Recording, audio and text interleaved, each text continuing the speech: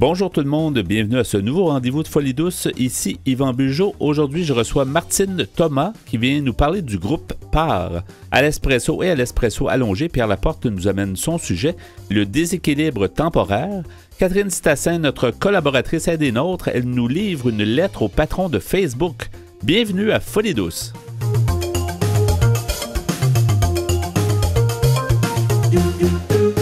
Vous êtes à Folie douce. Parce que la santé mentale nous concerne tous. J'accueille mon invité, Mme Martine Thomas. Bonjour, Mme Thomas. Bonjour, Yvan. Bonjour, Martine. Donc, on va se tutoyer, finalement. Vous êtes directrice générale du groupe PAR. On va d'abord te présenter. Peux-tu nous parler un peu de est-ce que tu as toujours travaillé dans le domaine communautaire? Et au groupe PAR, je pense que ça fait quelques années que tu es directrice. Oui, moi, ça fait 6 ans que je suis au groupe PAR. Avant le groupe PAR, j'étais dans les coopératives en milieu scolaire. J'étais directrice générale des coopératives en milieu scolaire. OK. Fait que j'ai fait un MBA, puis j'ai décidé de me réorienter, puis j'ai abouti au groupe PAR. Et le groupe PAR existe quand même depuis longtemps. Est-ce qu'on peut définir ce que c'est? On a déjà fait de nous-mêmes affaire avec. Là. Je pense qu'il y a beaucoup d'organisations qui ont fait affaire avec le groupe PAR. Ça fait longtemps que ça existe. Oui, le groupe PAR existe depuis 1987. Et à cette époque-là, ils ont défini la mission qui n'a pas changé depuis ce temps-là, qui est la réinsertion socio-professionnelle des personnes qui vivent avec des problématiques de santé mentale ou d'ordre psychosocial. OK. Puis pour ce faire, nous, on a 2 outils. On a l'école, qui s'appelle Projet PAR, qui à l'origine, au départ, s'appelait Projet PAR, le groupe PAR, et ce sont des adultes qui ont des problèmes de santé mentale qui viennent finir leur secondaire. Et après ça, on a l'entreprise d'insertion qui s'appelle PAR du chef, et là, on forme des gens pour qu'ils obtiennent un diplôme de métier semi-spécialisé comme aide cuisinier. Puis là, on a 3 secteurs. On a le traiteur, on a le restaurant, et on a le service des plats surgelés qu'on livre à la maison. Est-ce que évidemment, la pandémie, on n'a pas échappé personne, là, mais j'imagine que ça a quand même modifié un peu vos activités ou pas de temps? Bien, l'école s'est vue fermée parce qu'on a 2 profs de la commission scolaire qui viennent, puis eux, ils doivent absolument travailler. Ils ne peuvent pas travailler en présentiel. Mais pour PAR du chef, on n'a jamais fermé parce que toute la partie plats surgelés qu'on livre à la maison, nous, on s'est vraiment spécialisé chez beaucoup de personnes âgées puis les gens en perte d'autonomie. Et là, avec la pandémie, je te dis, ça l'a explosé. Là, et c'est sûr qu'il n'y avait plus de traiteurs. Il y a plus de demandes, oui, c'est ça. Les gens ne veulent pas sortir, moins sortir, oui, tout ça. Ouais. Oui, puis tu vois, comme présentement, là, avec la pandémie, c'est démesuré là, tout ce qu'on peut produire. Donc, on est concentré sur les surgelés. Le restaurant, on continue à faire du prêt à emporter. Puis le traiteur, l'année passée, on était le traiteur officiel de SOS Violence Conjugale. Donc, on livrait les 3 repas par jour, 7 jours semaine. On a fait ça plusieurs mois. Puis cette année, ben non, le traiteur il s'est redirigé vers les plats surgelés. Puis là, on se concentre, on produit du plat surgelé, là, dans lequel on a développé 2 logos, qui est un logo santé, moins de gras, moins de sel, puis un logo pour les diabétiques. Et pourquoi les gens commandent? Bon, bien sûr, ils vont encourager la cause ou en tout cas soutenir votre cause ou soutenir l'organisme, mais après ça, pourquoi ils commandent chez vous? Est-ce que c'est beaucoup moins cher? Bien, il y a un prix qui est moins cher. En tout cas, quand moi, je fais l'étude de marché, là, quand j'évalue nos prix, on est toujours un peu moins cher, sauf les grands spéciaux des magasins. Là, on ne peut pas concurrencer ça. Les 2 logos que je viens de te parler aussi sont très appréciés. Tu sais, l'Institut de cardio va nous recommander régulièrement. Okay. Les hôpitaux nous recommandent régulièrement. Ils ont notre pamphlet, puis ils nous recommandent parce que vraiment, moins de gras, moins de sel. Puis là, en ajoutant moins de sucre, bien, pour les diabétiques, bien, on est fortement recommandé pour les gens qui ont des problématiques de santé ou quoi que ce soit. L'autre chose, c'est moins, si tu goûtes à nos plats, un jour, tu verras, c'est vraiment moins salé, mais notre théorie, c'est que tu peux toujours en ajouter, plus difficile d'en enlever. Exactement. Donc, c'est pas juste des gens qu'on pourrait dire du milieu communautaire, c'est vraiment tout le monde, toute la population qui a appris à vous connaître, puis qui a reçu des services, puis qui prend confiance, puis automatiquement, vous avez un service. On commence à peine à se publiciser. Parce qu'on ne s'est jamais publicité, ça a toujours été du bouche à oreille, puis on en vend des petits plats, là. Ouais. On vend plus que 150 000 petits plats par année, fait que c'est beaucoup de petits plats. Qu'est-ce qui explique ça? Est-ce que c'est que les gens, par exemple, les gens plus seuls vont moins cuisiner, puis donc c'est plus facile, c'est plus simple de commander justement à l'unité, là? Oui. Tu sais, la portion, elle semble un peu plus petite, mais en fait, au niveau du poids, elle est la même. que si tu vas à l'épicerie. OK. Tu achètes des portions à l'épicerie. Mais je te dis, la portion santé, là, tout le côté santé que les gens avant moi ont développé, ce qui a été une grande idée, ça, je te le dis, les CLSC, les hôpitaux nous recommandent régulièrement parce que c'est un produit qui aide au niveau de la santé. Il y a même des trucs expérimentaux qui ont été faits là, avec l'Institut de cardio où ils recommandaient nos plats. Ah oui, c'est ça. C'est une belle carte de visite. Oui, avant, après, puis post-opératoire. Tu sais, fait que là, tu as toute une... On livre à beaucoup d'endroits. Et depuis longtemps, on le dit, le projet PAR, puis en fait, l'intégration des gens, l'insertion, en fait, au niveau de la cuisine. Pourquoi la cuisine, c'est quelque chose qui est peut-être pas facile, mais qui est plus accessible à des gens qui ont eu des problèmes de santé mentale, par exemple? Parce que on a vu à travers les années où il y avait des choses, des secteurs peut-être différents, mais la cuisine, ça semble être plus facile à gérer, ou en tout cas plus gérable. Bien, d'une certaine façon, oui, puis d'un autre, non. C'est quand même un métier stressant, hein, la cuisine, parce que tu es toujours dans les délais, mais c'est historique, parce que quand ils ont démarré le groupe PAR, ils s'étaient concentrés la première année sur le ménage. Fait qu'ils allaient faire le ménage chez les personnes âgées. Rapidement, les gens se sont rendus compte que les personnes âgées avaient faim. Puis à l'époque, là, c'était le CLSC du Centre-Sud, c'était les psychiatres du CLSC Centre-Sud qui ont parti ça. Fait que là, ils se sont aperçus que les personnes âgées avaient faim. Puis c'est beaucoup plus facile de faire le ménage une fois par mois, mais tu peux pas manger une fois par mois. Alors, ils se sont mis à apporter des soupes qui restaient de la cafétéria, du CLSC et tout. Puis l'année d'après, ils ont bifurqué en alimentaire parce que l'objectif, c'était de nourrir les gens, les personnes âgées, qui avaient de la difficulté à se nourrir. Oui, c'est ça. Fait que c'est ça. Fait que oui, ils n'ont pas besoin de faire de grandes épiceries. 2, le plat est facile, tu mets ça au micro-ondes et tout est recyclable, tout est compostable. Et 3, c'est bon pour la santé. Donc, conclusion, tu as beaucoup, et il va être recommandé par le CLSC, par... Ça aide aussi, c'est ça, sans avoir à faire de la publicité, vous avez comme des références qui viennent d'organisations qui sont vues par les gens souvent. Là. Oui, puis tu sais, les gens, souvent les personnes âgées vont manger plus le midi, un peu moins le soir, fait qu'ils vont manger un plat le midi, puis ils vont se prendre une petite soupe le soir, ou tu sais, des choses comme ça. Fait que c'est pour ça que les plats sont appréciés. Puis t'as pas à acheter de l'épicerie tant que ça, puis justement de commencer à cuisiner, perdre des choses, puis c'est ça, en gérant ça de cette façon-là, c'est plus facile. Puis t'as beaucoup de femmes qui viennent nous voir en disant hey, moi j'ai cuisiné, là, ça fait 50 ans, j'étais curée de cuisiner, là, pardonnez-moi le terme, mais je veux faire autre chose. Puis que là, ils vont acheter un plat, ils vont le séparer en deux avec leur conjoint ou leur conjointe, ils vont se faire une petite salade à côté, puis le plat est parfait. Ouais. Puis en cuisine, bien aussi les gens, ils ont ça leur donne une raison, ils s'accomplissent dans le sens qu'ils redonnent à quelqu'un. Tu sais, c'est pas juste une production commerciale où tu as l'impression que le grand patron d'en haut va se payer son condo au Panama ou en Floride. Là, tu sais. Là, tu comprends que ce que tu agis, ce que tu produis aide des gens. Fait qu'il y a aussi toute cette sensibilisation-là. Fait que c'est bon pour les gens qui ont des problèmes de santé mentale parce qu'ils ont besoin d'avoir un but, souvent qui est autre que... De se sentir utile, de dire je vais travailler. De contribuer à la société. C'est pas juste un numéro, je vais faire quelque chose, je m'accomplis. C'est intéressant aussi, c'est créatif, puis il y a quelque chose d'intéressant à faire de la cuisine. L'exemple était passé avec SOS Violence conjugale. Écoute, il n'y a jamais eu aucun absent. Puis c'est ce que les gens disaient. Hey, nous autres, on est à la guerre, c'est vrai, puis nous autres, on est au front, puis on nourrit du monde. Ouais. Fait qu'ils s'accomplissaient, il y avait l'impression. Ils réalisaient quelque chose, on nourrissait des gens, puis on était un besoin pour beaucoup de monde. Dans le groupe PAR, disons la mission santé mentale, comment tu la vois, comment l'organisme la voit? Parce que c'est ça qui a comme fait un peu avancer le projet de la cuisine et tout ça, mais qu'est-ce que ça occupe comme vision, disons, quand on parle de santé mentale? C'est énorme, parce que, tu sais, quand je t'ai parlé de la mission, je t'ai pas parlé de cuisine, puis je t'ai pas parlé d'école. Je t'ai parlé de réinsérer des gens qui ont des problématiques, qui vivent avec une problématique de santé mentale. Fait qu'on est au centre de ça. Donc, on est en lien avec leurs intervenants, avec leurs travailleurs sociaux.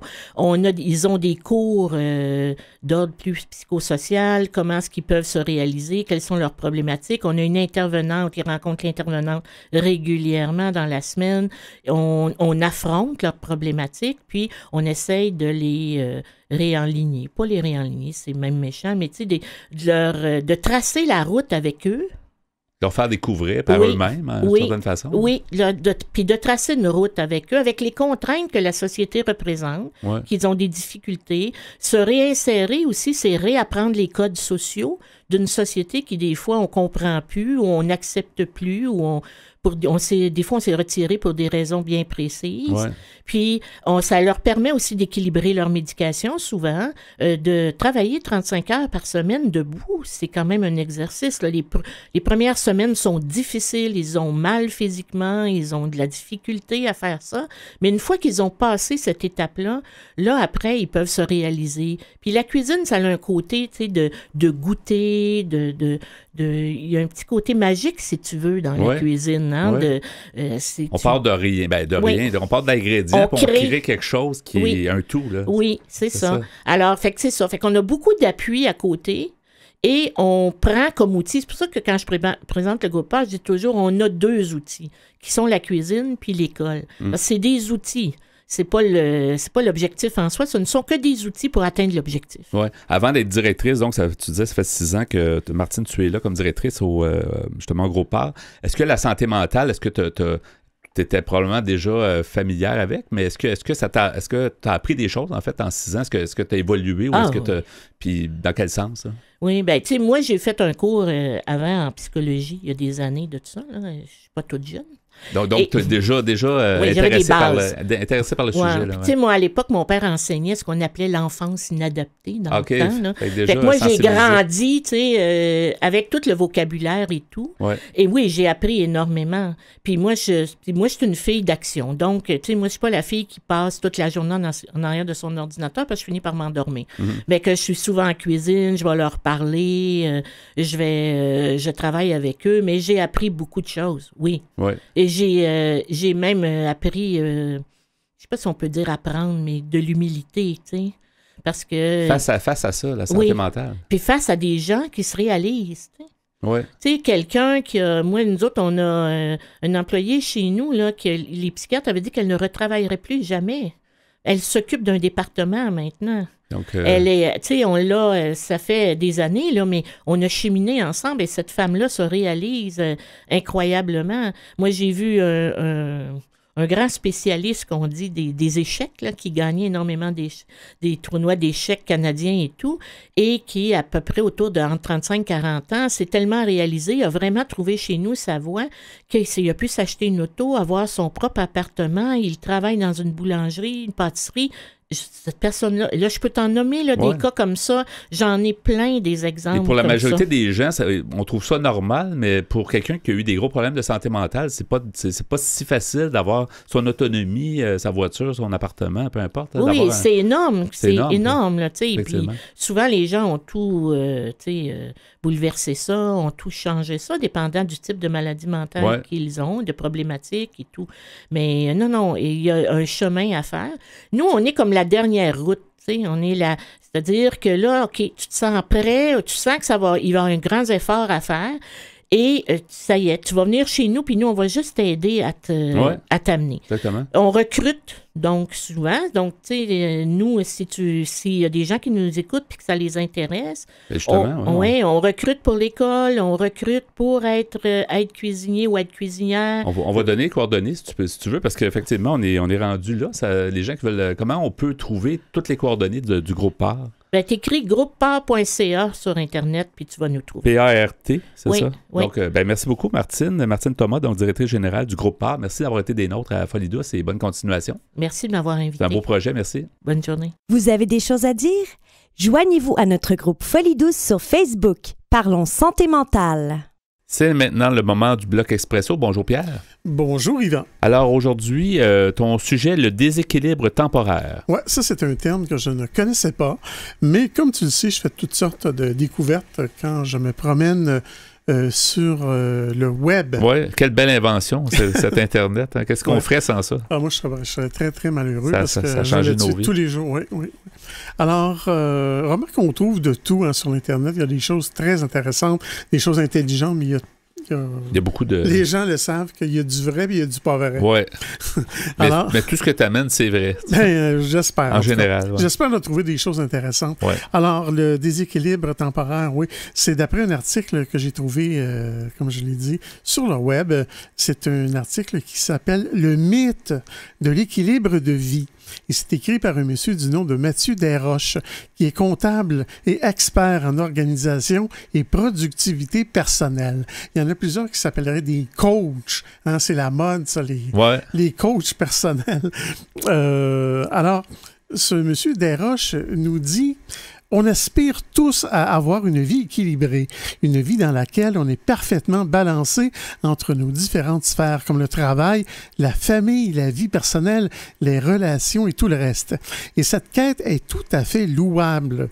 On aimerait avoir assez de temps pour faire chaque chose et ne jamais rien négliger. Du temps pour faire du sport, du temps pour être en famille, du temps pour travailler et gagner sa vie, du temps pour poursuivre ses rêves, etc. C'est un idéal très populaire dont on entend de plus en plus parler. Mais que diriez-vous si je vous disais que cette notion de l'équilibre de vie est un mythe ou un idéal presque inatteignable? Avant d'aller plus loin, il faut premièrement comprendre ce qu'est l'équilibre de vie. En termes simples, on pourrait dire que mener une vie équilibrée, c'est avoir suffisamment de temps pour assumer toutes nos responsabilités de vie sans ne rien négliger. Et de façon générale, on a tous 2 grandes sphères de vie à concilier, incluant chacune plusieurs responsabilités qui nécessitent aussi un équilibre. D'une part, il y a la vie personnelle, incluant toutes sortes de responsabilités, comme la gestion quotidienne, c'est-à-dire les tâches ménagères, les courses, la préparation des repas, etc. La santé, c'est-à-dire le sommeil, la détente, l'activité physique, consulter son médecin, etc. Il y a la famille, c'est-à-dire le conjoint ou la conjointe, les enfants, les parents, les frères et sœurs, etc. Et le côté social, soit les amis et le loisir, etc.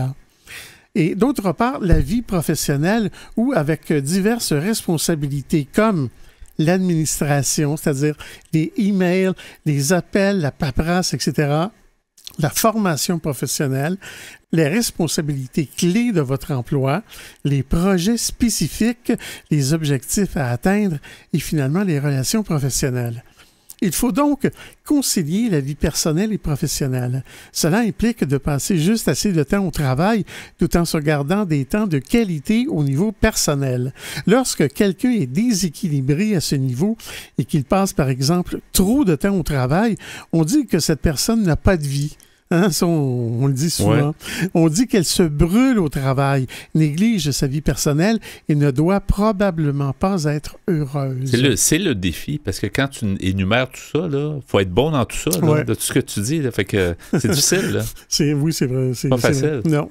Alors, l'inverse est aussi vrai. Si quelqu'un passe trop de temps sur sa vie personnelle et pas suffisamment au travail, on dit que cette personne est paresseuse et qu'elle ne fait rien de sa vie. L'équilibre de vie implique donc, premièrement, de concilier la vie personnelle et professionnelle. Et ensuite, à l'intérieur de chaque sphère de vie, il faut aussi concilier les différentes responsabilités qui en découlent. Autrement, certaines responsabilités seront assurément négligées. Par exemple, si dans mes temps personnels, je passe tout mon temps sur des loisirs comme les jeux vidéo ou des sorties entre amis, alors je risque certainement de négliger d'autres aspects de ma vie personnelle, comme faire du sport ou faire le ménage de ma maison. Ou si je passe tout mon temps avec les enfants, alors je risque de ne plus avoir de temps personnel pour m'adonner à mes passions. Je risque alors de dire encore « je n'ai plus de vie » et ici au travail, je passe trop de temps à faire des tâches administratives comme lire mes courriels et gérer ma paperasse. Alors je risque de ne pas avoir assez de temps pour avancer sur le projet que mon patron m'a demandé de faire. Que ce soit dans la vie personnelle ou professionnelle, l'équilibre implique d'être en mesure de concilier toutes ses responsabilités et de leur attribuer suffisamment de temps pour les assumer et ne pas les négliger. Mais cet idéal est un mythe. C'est irréaliste et pratiquement impossible à atteindre dans les faits. Pourquoi? Il faut comprendre que dans la vie, on ne peut faire qu'une seule chose à la fois. Ça, c'est certain. Ouais. Si on passe du temps sur quelque chose, on ne peut pas automatiquement en passer sur une autre. Ça veut donc dire que si je fais quelque chose, je ne fais rien d'autre. Par exemple, si je réponds à mes emails, je ne suis pas en train d'écrire un article. Et le problème avec l'équilibre, c'est que ça demande justement de séparer son temps pour essayer de tout faire et ne rien négliger. Et on sait qu'il y a des imprévus parce que, tu sais, on peut dire je vais passer une demi-heure sur des courriels, mais s'il y a des urgences ou quelque chose de spécial, ça vient de balancer. Là. C'est vrai. L'équilibre suggère, par exemple, nous dit M. Desroches, tu dois consacrer assez de temps à chacune de tes responsabilités, donc tu dois diviser ton temps entre les emails, les projets importants et les relations clients pour y parvenir. Et le hic, c'est que quand on cherche à être partout, on n'est nulle part. Par exemple, si j'essaie de répondre à mes emails, de retourner mes appels, de faire quelques tâches administratives, je ne terminerai rien de tout cela à 100%. Alors, je m'arrête ici. Bien hâte d'entendre la suite parce qu'effectivement, je suis un peu d'accord que c'est pas facile à faire. Donc, effectivement, on va poursuivre plus tard à l'émission le déséquilibre temporaire.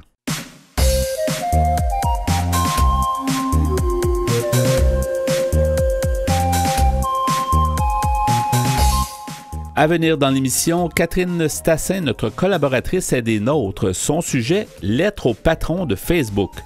À l'Espresso allongé, Pierre Laporte poursuit avec le déséquilibre temporaire. Vous écoutez actuellement Folie douce, pionnier en santé mentale depuis 1991. Folie douce, une communauté, une radio.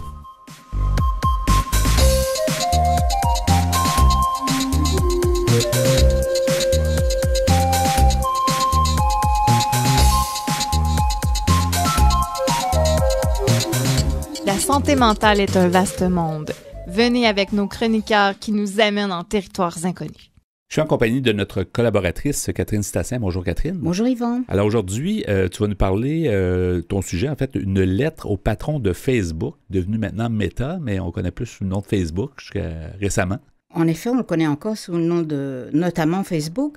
Mais connais-tu Mark Zuckerberg ou est-ce un nom qui te dit quelque chose? Oui, ben c'est le grand patron de... C'est le grand patron, de c'est Facebook, ça. Meta maintenant, ouais. Facebook est maintenant Meta, et Meta comprend Facebook, Instagram, WhatsApp et d'autres applications moins connues. Oui. D'accord? Ils ont fait l'acquisition de plusieurs compagnies qui étaient avant indépendantes, mais c'est devenu sous le même chapeau, là. Voilà, c'est assez stratégique. Et en fait, en général, ces applications sont interdites aux moins de 13 ans. Sauf WhatsApp, il faut avoir 16 ans et plus. OK. D'accord? Donc, c'est quand même assez limité quant aux populations de jeunes qui peut toucher. Seulement, ce qu'il faut retenir, c'est que il n'y a rien de contraignant quand on s'inscrit, en fait. Donc, personne ne demande une pièce d'identité. On peut tricher sur notre date de naissance. Évidemment, on peut tricher sur la date de naissance. Ouais. Et puis, ce qui est majeur aussi, c'est que il existe un Messenger pour kids. Ça s'appelle Messenger Kids. Et donc, si vous avez des enfants, sur votre profil Facebook, évidemment, un jeune moins de 13 ans ne peut pas s'inscrire. Mais vous pouvez ouvrir un fil Messenger, une conversation Messenger pour votre enfant. Et il peut échanger avec d'autres enfants entre 6 et 12 ans. Quand même. Exact. C'est plutôt jeune. Voilà. Donc, ça, c'est ouvert. Donc, il y a des enfants qui fonctionnent déjà entre 6 et 12 ans dans ce système Messenger Kids. Et aussi, on le connaît, le phénomène via Instagram, WhatsApp, avec des filtres qui déforment, où on refait un petit peu le visage comme on le veut, etc. C'est rigolo, puis ça plaît aux enfants, entre autres. On rigole comme ça, mais est-ce qu'on a pensé à tous les effets? Et donc, ça met un petit peu la table, parce que ce dont je vais vous parler aujourd'hui, c'est qu'en fait, un groupe de chercheurs, des chercheurs qui touchent aussi bien la santé psychologique, les technologies numériques et la santé, donc des chercheurs vraiment de haut calibre et des experts de haut calibre, ont écrit une lettre ouverte à Mark Zuckerberg, rien de moins que lui. Et a été mis, cette lettre, sur carrément le site de l'université d'Oxford. Donc, grande crédibilité. C'est pas la dernière venue, là, comme voilà, université. Donc on pose cette lettre ouverte. Et qu'est-ce qu'on va aller dire à Mark Zuckerberg? On va aller lui demander d'agir pour protéger la santé de nos jeunes. Mais pourquoi ils se permettent, dans le fond, d'écrire directement à Mark Zuckerberg, parce que auparavant, Mark Zuckerberg a dit non, pas du tout, on respecte, on fait attention à la violence, on fait attention aux déformations via les filtres, etc. On a des études internes qui montrent que ça ne nuit pas. Alors maintenant, depuis la fin de l'année 2021, là, on sait qui mentait. Pourquoi on sait qui ment? Parce que une lanceuse d'alerte, je pense, voilà, c'est ça qui a Frances alerté les gens, Haugen, la fin de l'année 2021, elle est allée dénoncer le fait que non seulement ils ont des études qui attestent bien qu'il y a des effets néfastes sur les enfants et les adolescents, mais en plus ils en sont pleinement conscients et ils n'agissent pas. Les effets néfastes, est-ce que c'est de l'addiction, entre autres? Ou, Ça peut être de l'addiction, mais ça va jusqu'au suicide. Oui, parce que les gens, souvent, voient peut-être ont l'impression que d'autres personnes sont mieux, sont plus beaux, sont plus en santé, sont plus heureux. Voilà. Puis ça donne de la déprime, en fait. Faible estime de soi, déprime, ça peut aller jusque quand des enfants partagent entre eux et qui n'ont pas encore, ça c'est un chercheur français qui dit, ils n'ont pas encore développé le sens de ce que peut être l'intimité. Et s'ils partagent des dossiers, des photos qu'ils regrettent vite, c'est trop tard. Ils n'ont pas l'expérience que d'autres Ils n'ont pas la distance nécessaire. Ils ne peuvent pas poser un bon jugement. Et donc, ça a des conséquences dramatiques, non seulement sur eux qui postent ces messages ou ces photos, mais sur les gens qui visent aussi. Donc, c'est une vraie catastrophe. Et évidemment, d'autres chercheurs se sont penchés sur ce phénomène. Et ils ont aussi constaté ces effets néfastes parce que l'un des principaux effets, c'est qu'en fait, on peut s'accoutumer. Hein. Il y a un petit jeu qui est connecté en même temps. Il y a des chouettes photos avec des petits filtres roses, des petites paillettes. C'est vraiment très enfantin, tout ça. Donc, ça va attirer les enfants. Et en fait, on devient accoutumé. On a besoin de quelque chose qui, en fait, au fond de nous, ne nous fait pas du bien. Quel est l'effet sur notre cerveau? C'est que ça va, à long terme, nous causer du tort. On va déprimer, même chez les enfants et les adolescents. Très faible estime de soi, problème dans le développement, et ils sont en plein développement. Donc, c'est vraiment, ils touchent à quelque chose qui est vraiment hyper malléable encore, le cerveau des enfants et des adolescents. Et ils font d'énormes dégâts. Donc, les chercheurs, oui, ils ont des données, hein, ils ont pris les données qu'ils pouvaient. Mais les chercheurs, pourquoi ils ont écrit cette lettre ouverte? En fait, ils ont vraiment 3 reproches, pas des reproches, disons. Allez, ils écrivent pour 3 bonnes raisons. Parce que eux, ils n'ont pas assez de données concernant ces effets. D'accord? On le voit par ceux qui transparaissent dans les médias et que les parents signalent. Il y a eu suicide, il y a eu tentative de suicide, il y a eu agression, il y a eu et toutes les déprimes qu'on ne signale pas.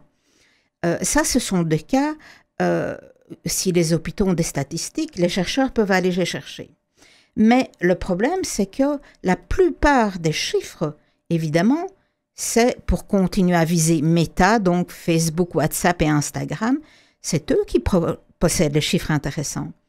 Alors, voilà ce que disent nos chercheurs. Et comment prouver, c'est ça que eux doivent se dire, parce que oui, ça peut créer des problématiques, mais comment le prouver, ça, c'est une autre histoire. Le prouver, c'est que maintenant, avec les fuites, avec tous les dossiers, les fichiers qu'a sorti Frances Haugen, qui était une personne haut placée, qui était ingénieure, qui était... travaillait à même Facebook et tout. Ah oui, elle était hyper haut placée dans les hiérarchies de Facebook à l'époque. Donc, elle a sorti des dossiers, énormément de dossiers. Il y a eu des analyses, il y a eu des études du Wall Street Journal, il y a eu des études de chercheurs éminents anglais et américains, etc. Donc, ce ne sont pas des gens qui gagnent là-dessus. Ils essayent de montrer que, attention, protégeons nos enfants et nos adolescents. Et pour ceux, qu'est-ce qu'ils disent? En fait, ils font un appel à l'aide et ils disent, écoutez, M. Zuckerberg, parce qu'ils commencent vraiment la lettre, ils essayent d'aller l'interpeller en tant que personne peut-être. Et ils disent, M. Zuckerberg, voilà, nous, ce dont on a besoin, c'est une transparence absolue. D'abord, des données que vous avez obtenues sur les effets de la santé mentale des jeunes et des enfants. On veut une transparence de vos études parce qu'il s'agit de de santé, de vie ou de mort d'enfants et d'adolescents. Donc on veut, une transparence. 2, on veut que vous contribuiez, et nous, les chercheurs, on veut contribuer à vos études. Pourquoi ?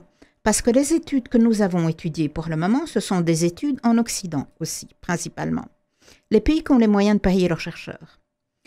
Mais il y a tous les pays, tous les autres continents. C'est utilisé à travers le monde. C'est utilisé à travers le monde. Meta, à lui seul, a 3 milliards d'utilisateurs. Donc Facebook, WhatsApp, Instagram, 3 milliards d'utilisateurs.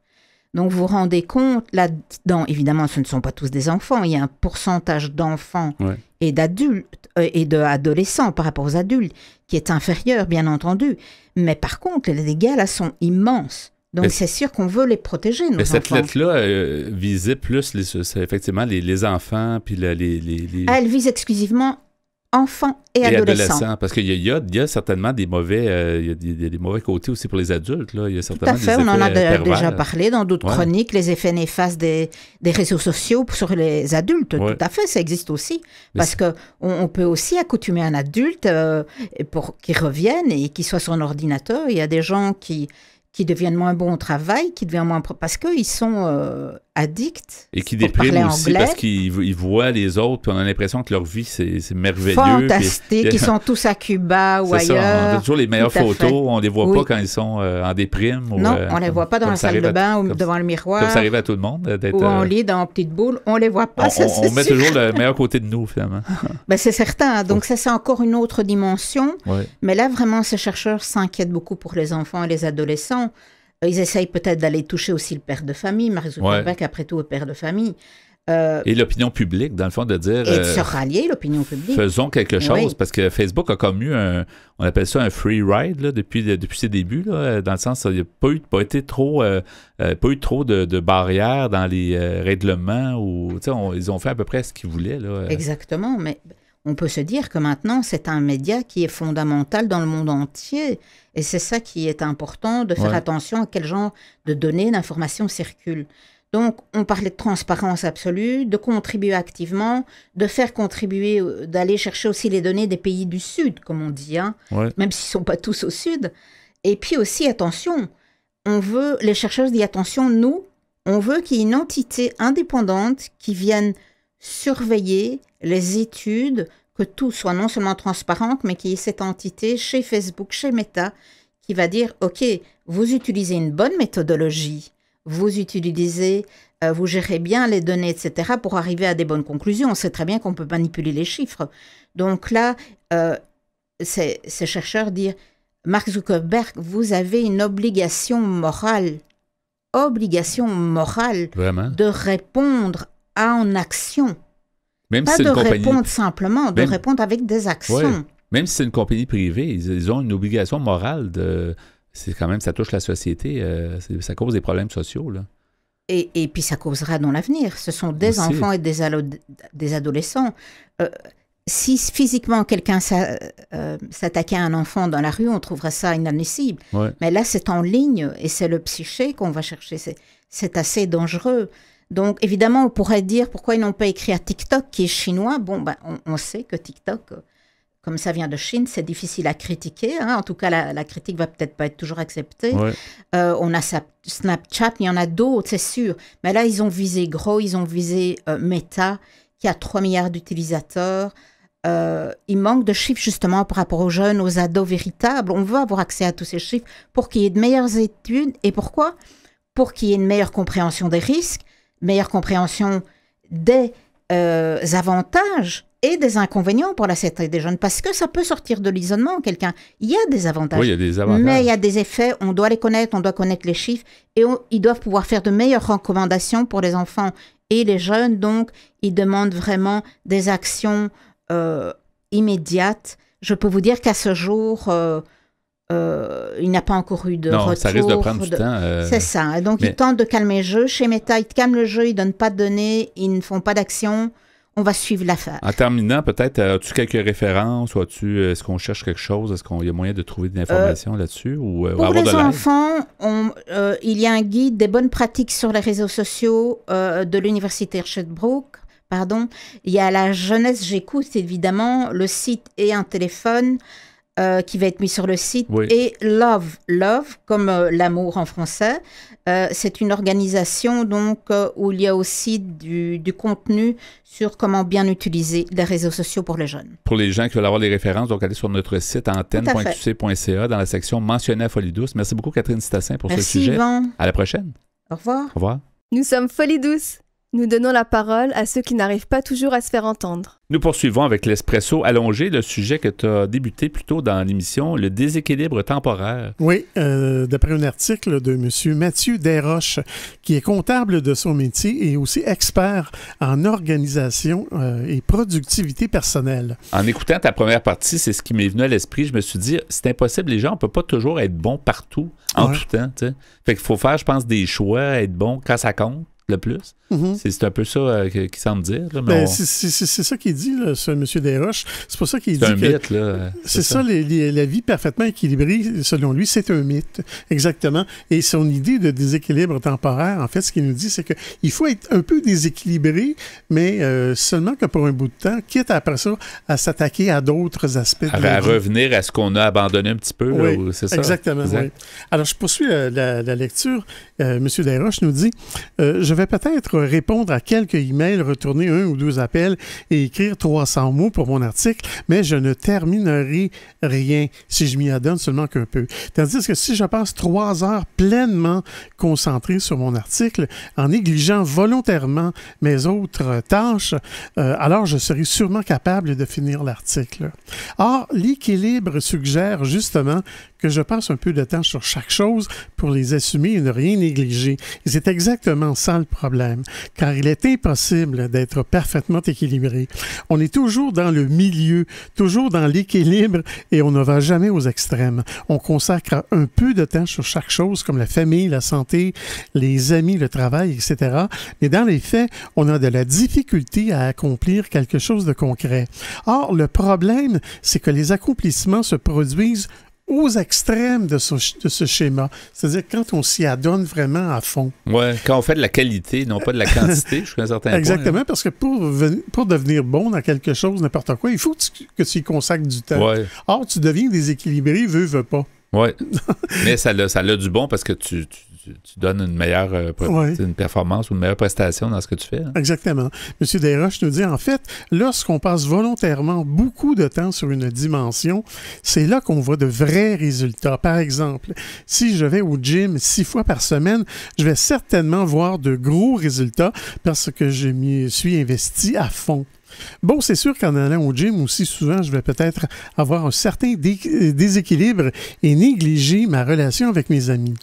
Mais si mon but est d'être musclé, je n'ai pas le choix d'avoir un déséquilibre pour m'entraîner intensément et voir des résultats. À l'inverse, si je vais au gym seulement 2 fois semaine en cherchant à avoir un mode de vie équilibré, je ne verrai jamais autant de résultats. Certes, je vais avoir plus de temps pour voir mes amis, mais les résultats sur ma condition physique seront moins au rendez-vous. La raison pour laquelle l'équilibre est un mythe, c'est que c'est une philosophie contraire à la productivité, car la productivité, ce sont des accomplissements. La productivité, c'est la capacité d'accomplir nos activités les plus importantes efficacement, et non pas d'accomplir toutes nos activités. C'est les relations humaines, je trouve, qui sont plus difficiles à gérer là-dedans parce que quelqu'un, une famille, conjointe, des amis, comme tu dis, des parents, comment, qui mettent de côté, en fait. C'est un peu ça, on n'a pas le choix. Ouais, c'est pas facile. Non. M. Desroches nous dit, ce qui compte, c'est d'accomplir les choses qui ont une réelle valeur, pas d'essayer de tout faire. Dites-vous que toutes les activités n'ont pas la même valeur. Par exemple, répondre à mes courriels a beaucoup moins de valeur que le fait que j'écrive un article. Dans son cas, à lui, parce que ça fait partie de son métier. Il écrit, Et il nous dit, ou bien faire le ménage de ma maison n'a pas la même valeur que de passer du temps de qualité avec ma femme. Et si je veux effectivement écrire cet article, je dois certainement passer moins de temps dans ma boîte de courriel. tout comme je dois certainement négliger le ménage de la maison pour une période afin de sortir et de passer du temps de qualité avec ma femme. Si j'essaie d'être parfaitement équilibré entre mes courriels et mon article, je risque de passer 1 heure à lire mes courriels et 1 heure à écrire. Or, si je suis volontairement déséquilibré et que je passe 15 minutes dans mes courriels et 1h45 à écrire, je verrai beaucoup plus de résultats. Bref, l'équilibre de vie ne fonctionne pas puisque ça limite les accomplissements. Je dirais donc ceci, pour être productif, il faut être volontairement déséquilibré. Et ceci nous amène à la solution. Plutôt que de chercher l'équilibre parfait en tout temps, il est préférable de viser les déséquilibres temporaires. Selon moi, c'est la seule vraie façon de poursuivre un certain équilibre de vie tout en s'assurant d'accomplir des choses significatives. Car de toute façon, la vie est ponctuée de plusieurs déséquilibres selon la saison et les circonstances. Par exemple, quand vous étiez aux études, vous avez tous connu les dures fins de session. Cela impliquait nécessairement que vous consacriez presque tout votre temps à vos études pendant 2 à 3 semaines au détriment de votre vie personnelle. Vous sacrifiez des sorties et du temps personnel pour affronter cette fin de session et réussir vos examens. C'est un débalancement temporaire nécessaire pour vous permettre d'avoir du succès dans vos études. Et si vous aviez cherché à rester parfaitement équilibré, même dans vos fins de session, alors vous n'auriez pas réussi à consacrer assez de temps et d'énergie à vos études, ce qui vous aurait fait échouer. Il s'agit de choisir les priorités. Exactement, c'est ça, en tout temps. Là. Oui. La vraie solution qu'il faut s'efforcer d'atteindre pour être productif et bien gérer son temps, c'est de viser un bon équilibre de vie de façon générale, tout en acceptant les déséquilibres temporaires, afin de s'investir à fond dans une dimension et accomplir quelque chose. Par exemple, je suis occasionnellement en période de débalancement temporaire pendant 8 semaines, c'est-à-dire 2 mois chaque année, pendant la période des déclarations d'impôts au Québec. Oui, effectivement, ça c'est... Oui, parce que ce monsieur est comptable de son métier. Alors, je dois m'arrêter ici. Rappelle donc le titre en terminant, Pierre, si les gens veulent justement le lire, là, c'est fort intéressant. Ça s'appelle « Le mythe de l'équilibre de vie » de M. Mathieu Desroches. Merci beaucoup, Pierre Laporte. Donc, très beau sujet. Vous souhaitez écouter l'émission Folie douce au moment qui vous convient le mieux? Branchez-vous sur notre site web pour accéder à notre canal radio sur YouTube. antenne.qc.ca, antenne.qc.ca. Pour conclure ce rendez-vous, Pierre, je veux te remercier pour ta mise en onde. Bienvenue, mon cher. Et pour tes sujets, ton sujet, en fait, des 2 segments Espresso, le déséquilibre temporaire, un sujet, on a pris des notes, puis c'est fort intéressant d'être déséquilibré dans ce cas-ci. Alors, c'est très positif. C'est bon d'être tout croche, mais seulement que par moment. Par moment, alors faut retenir ça. Merci beaucoup pour ce sujet. Notre invité en début d'émission, Martine Thomas, nous a mieux fait connaître le groupe PAR. Notre collaboratrice, Catherine Stassin, était aussi des nôtres. Elle nous a parlé d'une lettre au patron de Facebook. Alors, merci Catherine d'avoir été des nôtres également. C'est Yvan Bugeaud à l'animation. Bonne semaine à tous et à la prochaine. Au revoir.